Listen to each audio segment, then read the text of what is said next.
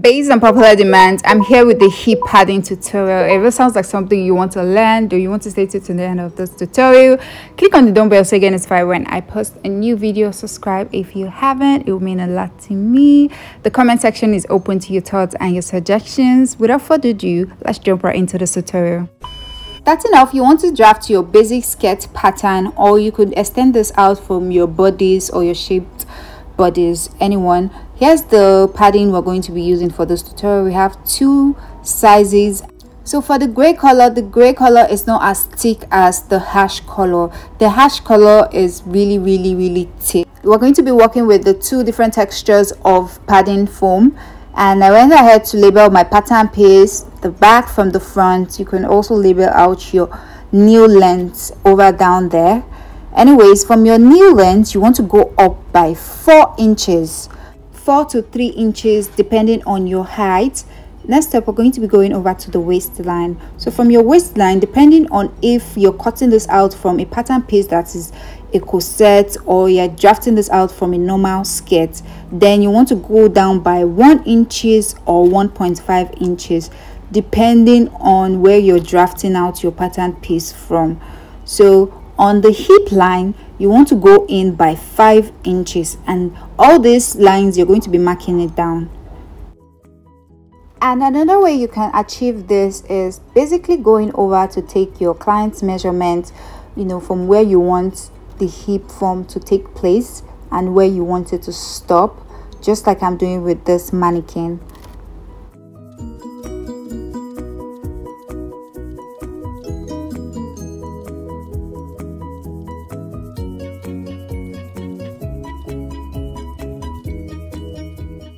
We're back to our pattern piece, and all the lines we measured out, we're going to be connecting this with our curve.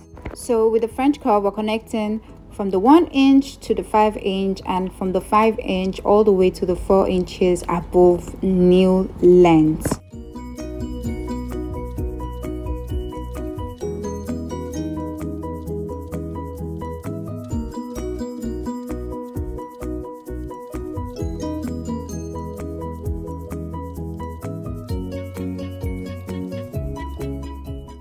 After cutting this off, you want to proceed to the back pattern piece.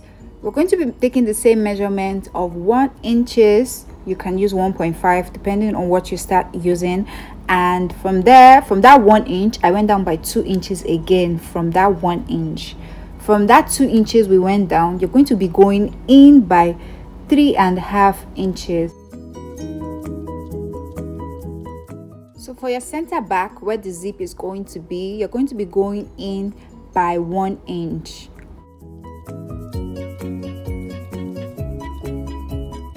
Now with the help of our French curve, we're going to be connecting our lines, connecting our 1 inch all the way to the 3.5 and 1 inch, then all the way to the bottom 4 inches above knee length. So I'm just freestyling the lower part, as you can see.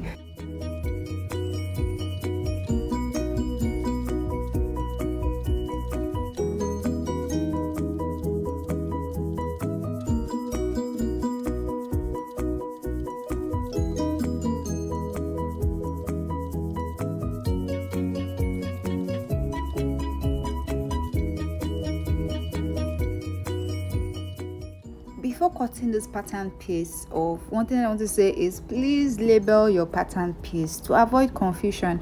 Label the front, the top, the bottom, label everything so you don't get confused once it's time to join your piece. So here's what we have, and I'm going to be cutting this with my very light padding. So this is the light, the gray padding, like I said, is the light padding.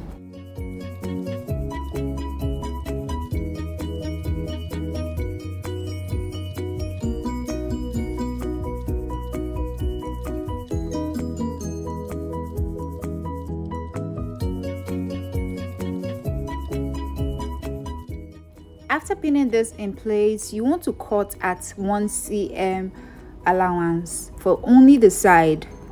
So the allowance you're adding is only for the side, because we're going to be joining the front to the back.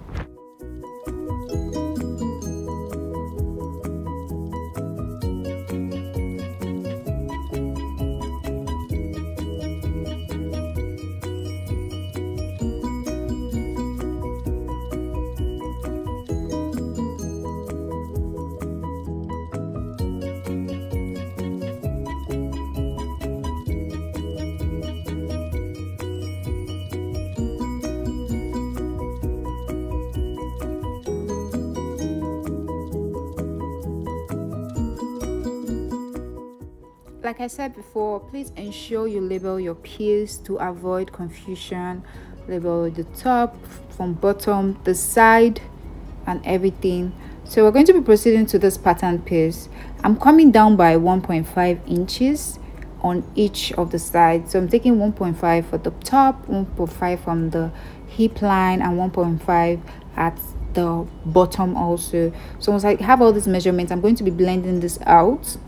You guys will see what we're trying to do. So I didn't want the hip padding to be too much, to be bulky. You could skip this part and just, you know, move forward to using just the thick hip padding, but I wanted this seamless finish. There's this finishing this method gives me that it's not obvious that I'm wearing a hip pad or my client is wearing a hip pad.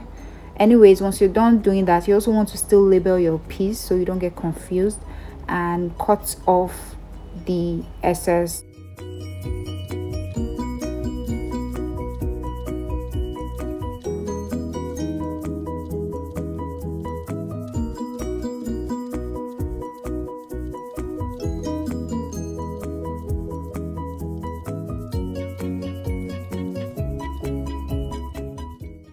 Now you want to take the very thick hip padding foam and cut off the new pattern we've created. This is what you should have when you cut this off. So if you want the hip to be more pronounced, you can still go ahead and create more lines that you will cut out and join. But I was satisfied with what we have.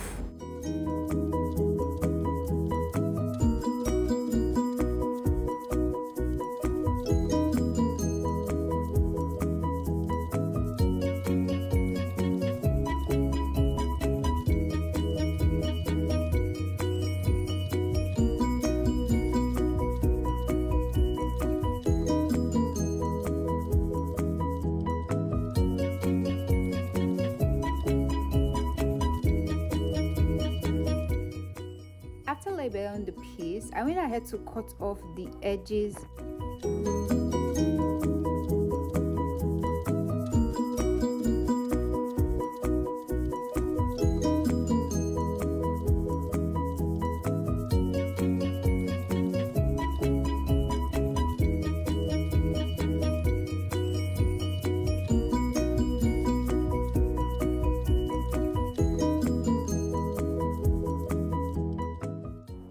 So because this is so thick and bulky, if you do not trim off the edges, it's going to come out looking obvious that the hip is padded. I proceeded to use my weaving machine to weave the edges. This gives it a more flatter, seamless base. So the edges are like really flat, laying flat. So you want to do this for both the thick and the light hip padding.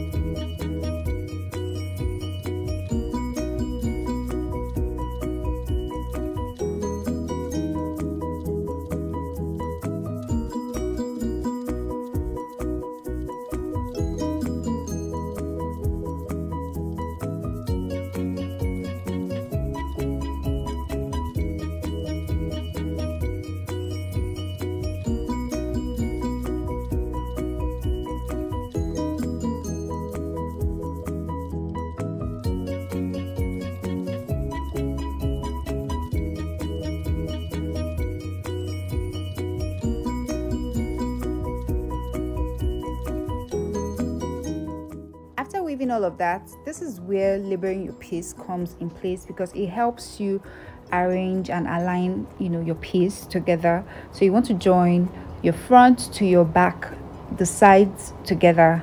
So I'm pinning this down before going over with my sewing machine to join this down. You want to do this for both the big piece, the small piece, all the sides basically.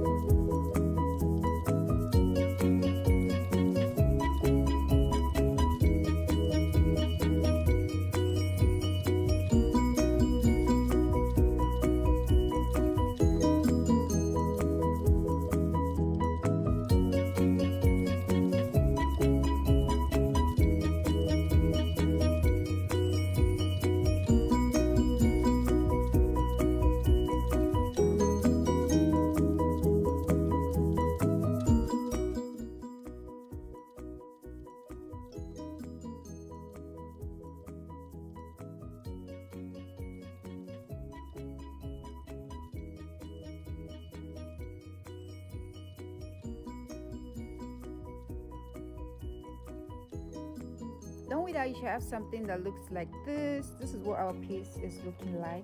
So now you want to join the small piece to the bigger piece, so it's more like double laying the padding, like padding, really padding it. Anyways, you want to sew in between the lines first. So I'm going to measure the 1.5 inches first to know where I'm going to put my smaller piece, and then I'm sewing in between the lines where we stitch.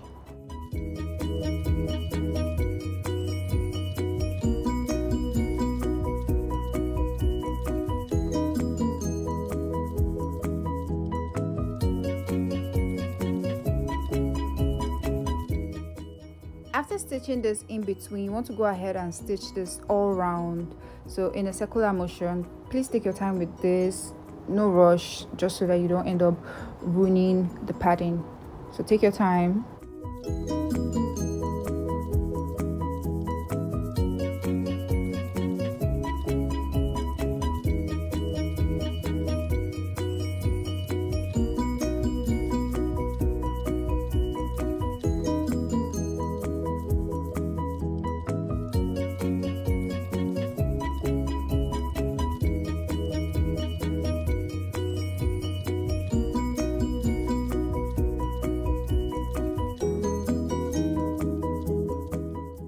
Once we're done with that, we want to join this to our lining. So you want to join this left side of the lining facing the left side of the padding. So just like, I feel like the video is self-explanatory. You want to take down your 1.5 inch. Remember, half of an inch is obviously your joining seam allowance, and 1 inch is the initial 1 inch we took down from the initial beginning of the tutorial. Remember that 1 inch. Then you want to start by sewing in between as well. So you're sewing seam facing seam, the seam of the hip pad you've created to the seam of your lining. So you're going to be sewing that and joining this together.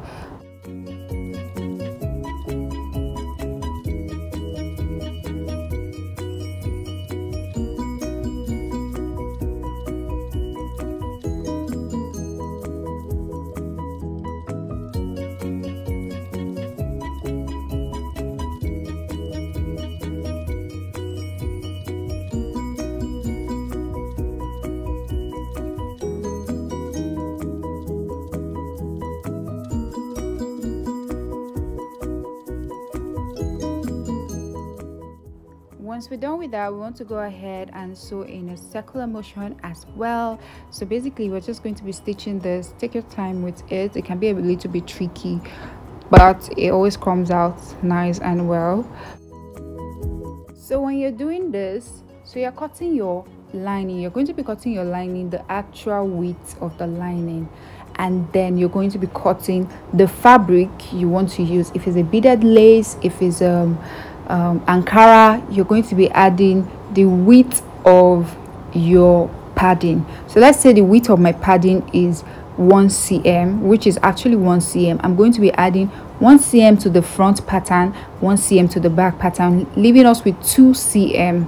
So we're going to be left with 2 cm to be added to both sides.